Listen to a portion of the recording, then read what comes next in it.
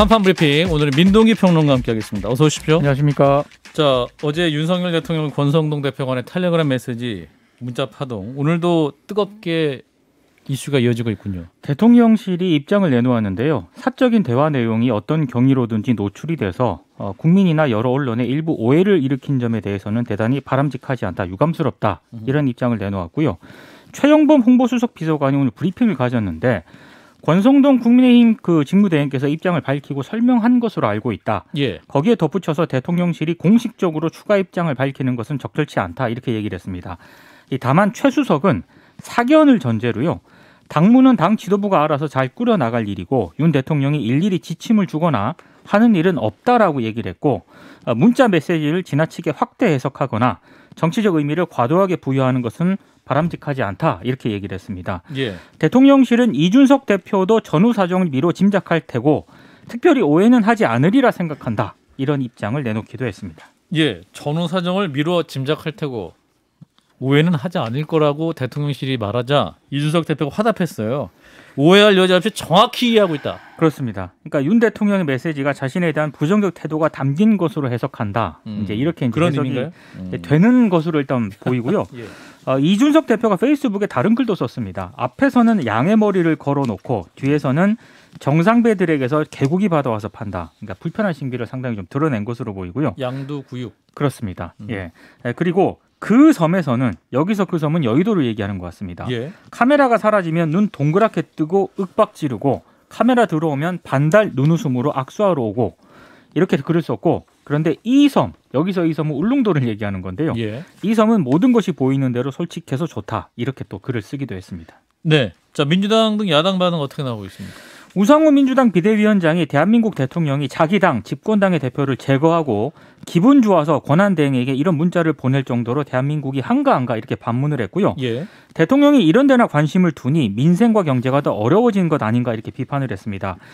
그리고 언제는 이준석 대표의 의지에서 젊은이들의 표를 구걸하더니 이제는 내부 총질을 한다고 바로 젊은 대표를 잘라내는 대통령과 윤핵 간의 저 미소를 보면서 정치가 잔인하다는 것을 또 한 번 느꼈다 이렇게 비판을 했습니다. 네, 사실은 이 문자 파동 전에 일명 7억 원 각서가 있다는 JTBC 보도가 있었는데 다시금 주목을 끌 수밖에 없는 상황이네요. 그러니까 이 7억 각서가 지난 대선 당시 윤석열 후보 비서실에 윤석대 정책위원에게 넘어갔다. 이제 이런 주장을 JTBC가 보도를 했는데요. 예.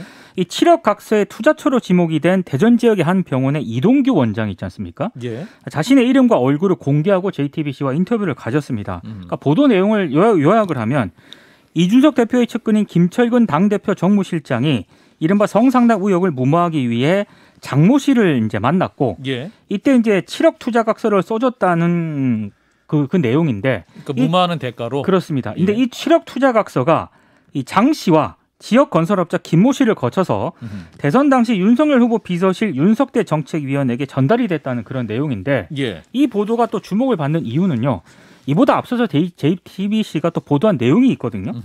이때 이제 그 이른바 김철근 실장으로부터 성상납이 없었다라는 내용의 사실 확인서를 써주고 받았다는 이 7억 투자 각서가 윤석열 안철수 후보 단일화에 영향을 줬다. 이 장모 씨가 이렇게 주장을 한 겁니다. 이 발언을 JTBC가 또 보도를 한 적이 있습니다. 예. 당시 이 JTBC 보도에 대해서 안철수 의원은 허무맹랑한 음해라고 반박을 한 적이 있는데요. 예. 관련해서 김용태 국민의힘 청년 최고위원이 어제 이 7억 투자 각서가 윗선으로 흘러 들어가서 만약에 대선 후보 단일화에 활용됐다는 보도가 사실이라면 당 차원에서 고발해야 된다 이렇게 얘기를 했고요. 어느 곳이 윗선인지도 모르겠지만 없기를 바라고 있어서도 안 된다 이렇게 얘기를 하면서도 수사기관에서도 수사 결과에 따라 고발도 있어야 할 것이고 성상납 의혹과 윗선 개입 의혹을 함께 수사해야 한다 이렇게 강조를 했습니다. 예, 그러니까 안철수 윤석열 당시 후보 단일화에 사용됐다는 거는 그러니까 이준석 대표의 이런 일이 있으니 당선된 이후에 어떤 당대표는 안철수 후보가 될 수도 있다는 식의 어떠한 얘기가 있을 것이라는 추측인 거죠. 국민의힘 쪽에서는 안철수 후보와의 단일화에 성공한 예. 뭔가 이제 보장을 해줘야 되는 거 아니겠습니까? 예. 그 보장을 해주는 차원에서 이 각서를 안철수 후보 쪽에 제시했을 수도 있다. 이제 이런 의혹이 나오는 이런 거죠. 의혹이 있는 거죠. 네. 자, 일단은 얘기가 너무 많아서요. 일단 메시지 파동, 문자 메시지 파동 여기에서 이제 국민의힘 당내 청년 정치인들 사이에서 굉장히 비판이 나오고 있습니다. 비판적 입장을 낸 분 중 하나죠. 국민의힘 박민영 대변인을 연결하겠습니다. 대변인님 나와 계시죠? 예, 안녕하세요. 예, 어제 잠도 못 주무셨다면서요? 거의 못 잤습니다. 예, 어떤 부분이 가장 힘드셨을까요? 저는 정말로 대통령을 믿었거든요. 그 믿었다라는 것이 그 경선 과정에서 대표와 앙금이 있었던 거는 사실입니다. 그런데 어쨌거나 두 번의 선거를 승리를 했고 대통령 선거에서도 승리를 했고요. 예. 또 저희가 이 당정을 이끌어가기 위해서는 이 젊은 세대와의 연계가 필요하다라는 거를 직접 확인을 하셨기 때문에 저는 충분히 함께 갈 수 있는 관계라고 생각을 했거든요. 그리고 저는 어떤 이 청년 세대와 기성 세대가 분명히 이 민주화 세대란 한 세대를 거쳐서 건너뛰고 결합을 해 있기 때문에 화학적 결합이 힘들겠다라고 생각을 한 것도 맞지만 충분히 중재 가능성을 봤다라고 생각을 했습니다. 그런데 그 지점에 대해서 제가 좀 쌓아왔던 그런 세계관이 조금 흔들리는 것 같아서 많이 흔들리는 것 같아서 그게 지친다라고 표현했던 이유였습니다. 대변인께서 이제 지난 선거 과정에서 청년 보좌역으로 윤석열 후보 캠프에서 활동을 하셨었죠. 그 당시 이제 아빠 미소로 대변인께서 말씀을 어떤 쓴소리를 해도 다 받아주는 그 눈빛에 감동했었다는 글도 쓰셨는데 이번 사건을 통해서 좀 그런 믿음이 좀 흔들렸다는 의미로 보면 됩니까? 예, 제가 판단했던 것과는 다르게 생각보다 이 두 분 간의 그런 앙금이 깊었구나. 이제 그런 생각을 하게 됐습니다. 진 작가님, 김소영님 질문 같이 해주시죠. 그 대통령이 그 내부 총질이라는 단어를 썼더라고요. 이게 민주당의 강성들이 그 당내에 이견을 가진 사람들을 쫓아낼 때 썼던 아주 대표적인 표현인데 이걸 대통령이 쓰고 계시더라고요.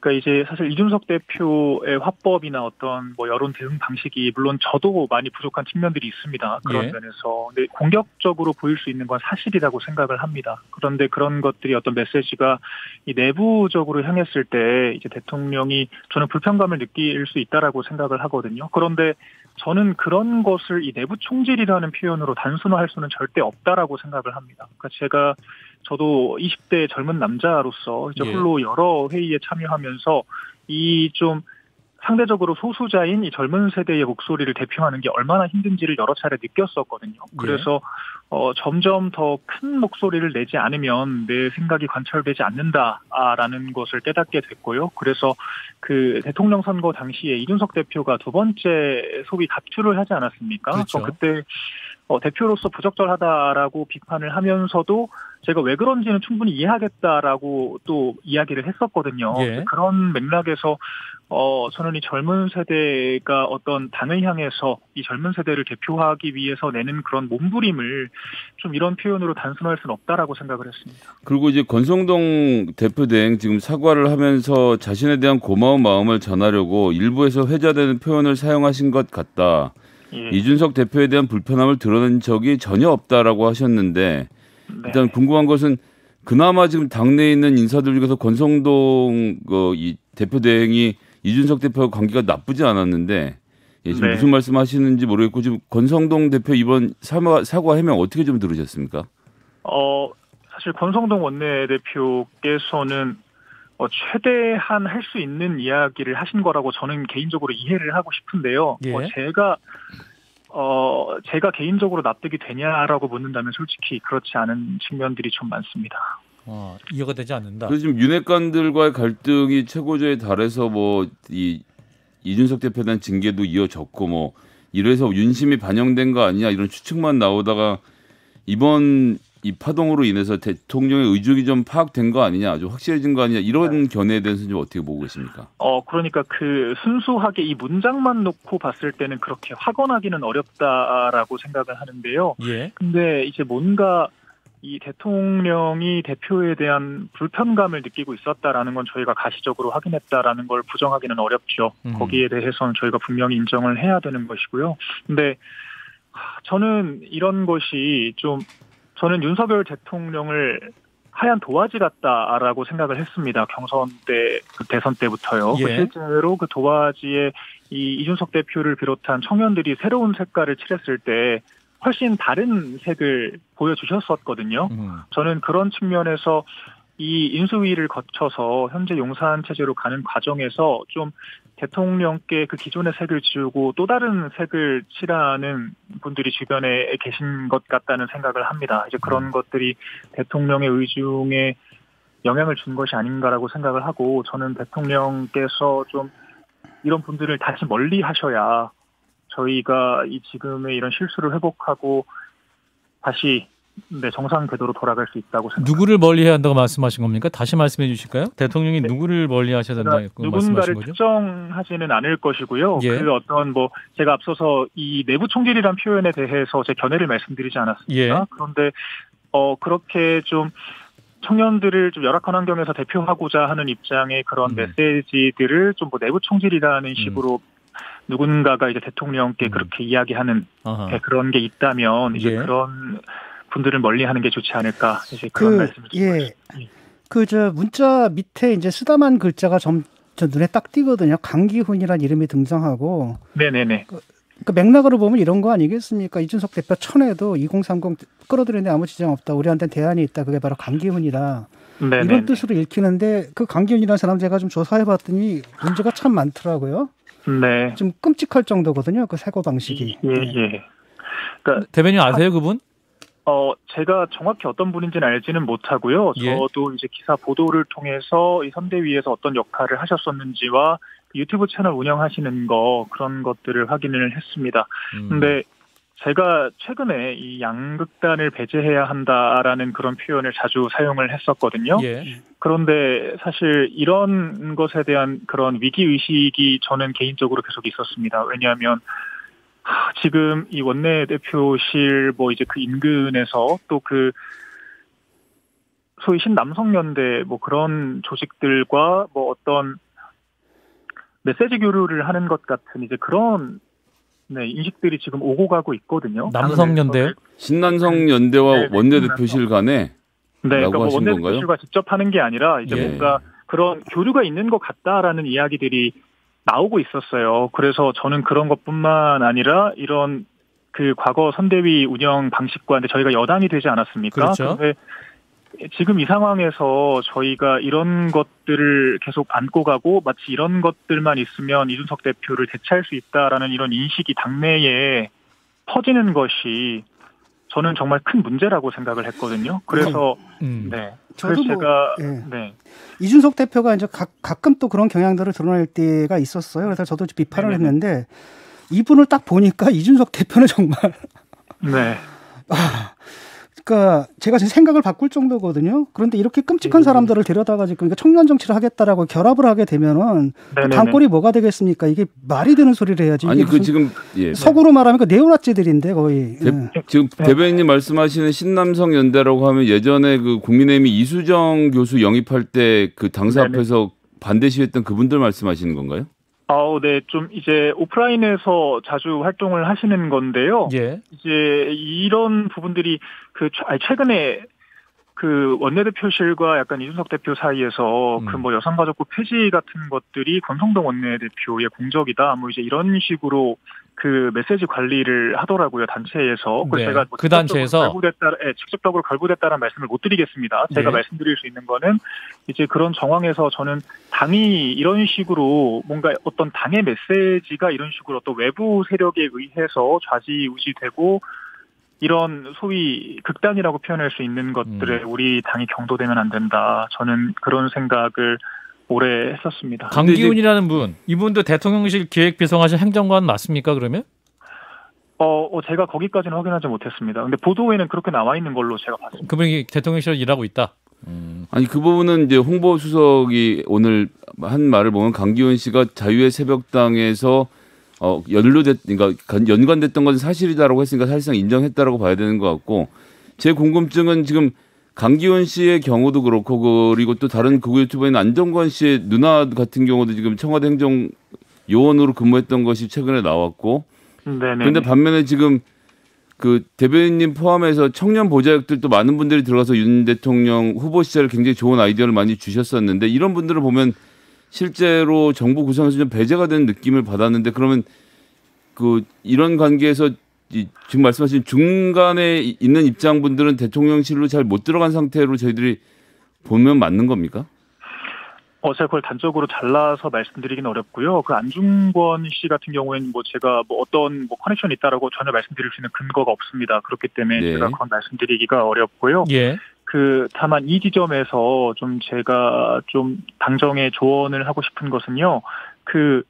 2030 세대와 기성 세대의 니즈가 많이 다른 게 사실입니다. 그래서 누군가는 젊은 세대를 대표할 수 있어야 하는 게 사실이고 저는 그게 누군가 개인이 아니었으면 좋겠다는 생각도 여러 차례 밝혔습니다. 그게 어떤 구심점을 중심으로 한 집단이고 세력이었으면 좋겠다라고 말씀을 드렸었는데요. 그런데 이 두 니즈가 다른 것 중에 가장 큰 지점이 저는 이 단순하게 젠더 문제가 아니라고 생각합니다. 예. 그러니까 한쪽에서는 어떤 당의 문제에 대해서 따끔하게 쓴소리를 하고 그런 문제들을 개혁적으로 바꿔나가길 바라는 것이고요. 알겠습니다. 이준석 대표에게서 발견되는 게 그런 모습이고. 네, 대변인님 오늘 이준석 대표가 SNS에 양두구육 언급을 하고 전혀 오해의 소지 없이 잘 이해하고 있다 입장 밝히지 않았습니까? 이 부분은 어떻게 들으셨어요?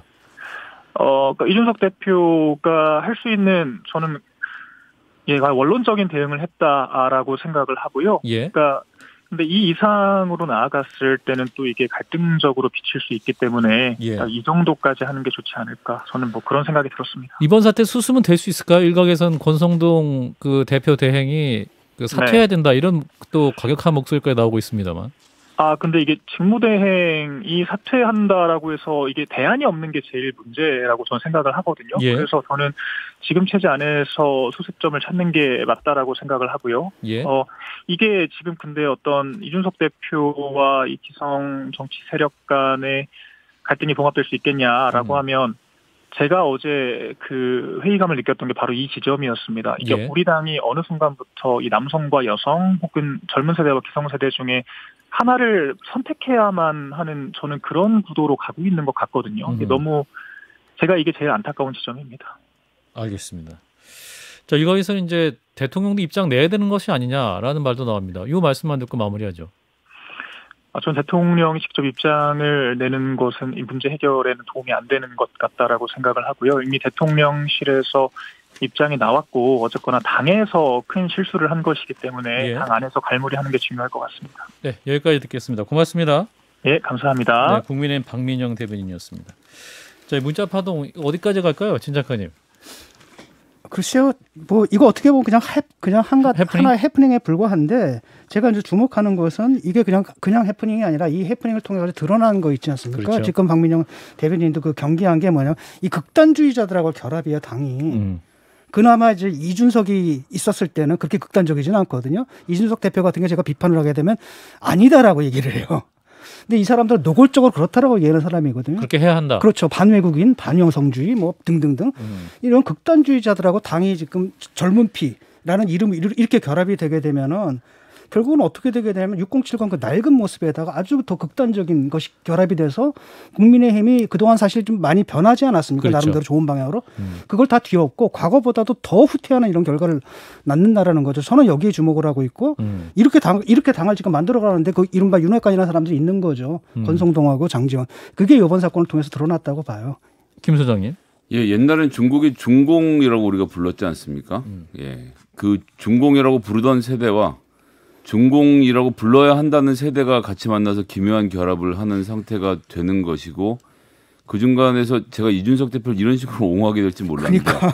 예, 그런 정도 주장이 그 안에서는 굉장히 순한 맛이었다는 걸 지금 새로 알게 돼서 대통령실에 이런 분들이 행정관이라고 하면 5급이면 굉장히 중요한 자리고 이번에 특히나 많이 못 들어가서 굉장히 소수가 들어가 있는 중에 중요한 역할을 하는 분으로 제가 지금 보여지는데 대통령실에서 왜 자꾸 이런 인사들을 했는지 이게 좀 문제가 처음 나오는 게 아니지 않습니까?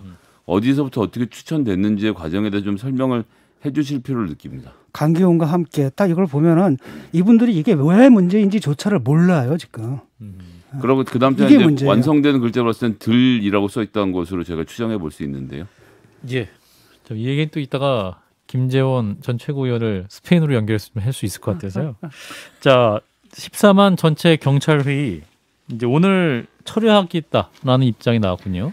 처음에 회의를 제안했던 서울 광진경찰서 김성정 경감이 오늘 오전에요. 경찰 내부망에 글을 올렸습니다. 그러니까 국무회의가 통과가 됐고 경찰국 설치가 확정이 됐기 때문에 이런 만약에 전체 경찰 회의를 만약에 소집을 한다면 이게 화풀이는 될지언정 사회적 우려와 부담을 줘서 자칫 경찰 전체가 사회적 비난의 대상이 될 수 있다. 이제 이런 점을 철회 배경 이유로 일단 꼽았고요. 다만 국회가 이러한 불법적인 경찰국 설치에 대해서 입법적으로 반드시 시정해 주실 것이라 믿는다. 이런 입장을 내놓았습니다. 근데 모임이 좀 취소되는 것 아니냐라는 그런 전망이 나왔었는데 예. 다른 경찰관이 모임을 이어가겠다라는 의사를 밝혔습니다. 아하. 유근창 경남 마산 동부경찰서 양덕지구 대장인데요.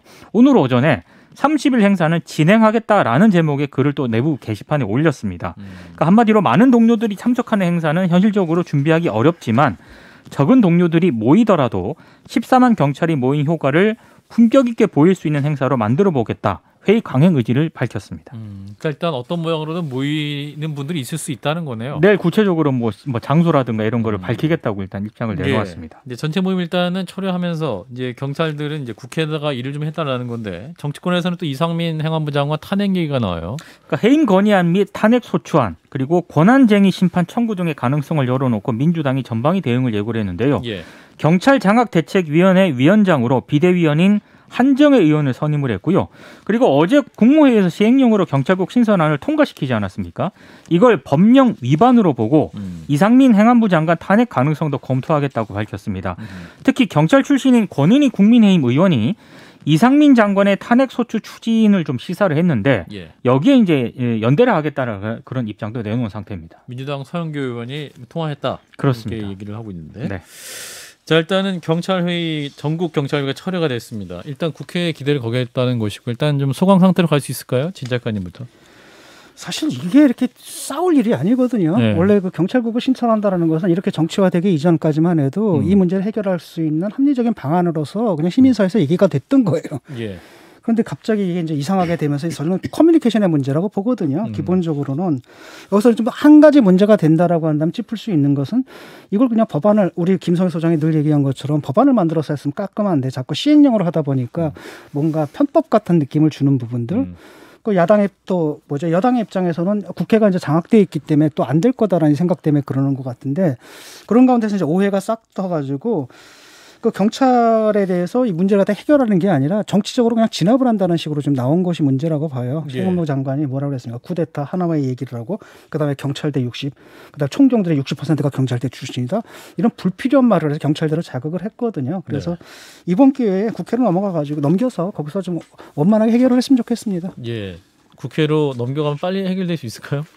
이미 실천을 예, 경찰들의 민주화운동처럼 비치는 모습은 좀 경계합니다. 집단 행동을 해서는 안 되는 집단이죠. 물론 지금 굉장히 세게 두들겨 맞고 있으니까 악수를 내는 것까지 뭐라고 하는 건 아니지만 그렇다라고 해서 이분들이 집회결사의 자유를 다 가지고 집회를 현행법을 할 수 있는 것은 아니기 때문에 좀 부적절하다고 생각하고 멀리 갈 것 없이 세월호 사찰 그다음에 백남기 농민 사망 사건 등 경찰이 국가폭력으로서 여태까지 계속 잘못해왔던 것이 있거든요. 예. 거기다 민주적 통제 당연히 필요하죠. 그것이 경찰국이 됐든 국가경찰위원회가 됐든 논의를 해서 이들에 대한 통제와 제어를 하는 거는 해야 되고 그건 뭐 윤석열 정부 아니라 어떤 정부라도 마찬가지라는 점에서는 국회에서 좀 제대로 된 논의가 이루어지기를 기대해 보겠습니다. 그러니까 경찰들이 우려하는 바가 뭔지를 좀 깊이 듣고 이번에 이제 경찰국 어차피 이제 국회를 통과하지 않았습니까? 예. 신설이 될 텐데 그 운영하는 과정 속에서 그런 우려를 해소할 수 있는 방안을 찾는 게 올바른 방향이라고 봐요. 그렇군요. 이제 이상민 장관 탄핵론은 현실성 있을까요?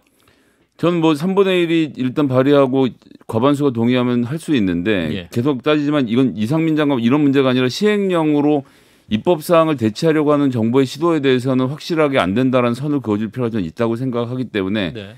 탄핵 문제도 고려해 볼 수 있는 정치적 제스처라고 봅니다. 그럴 수 있다. 이상민 장관이 그 뭐랄까 말을 좀 잘했으면 좋겠고 이쁘게 했으면 좋겠거든요.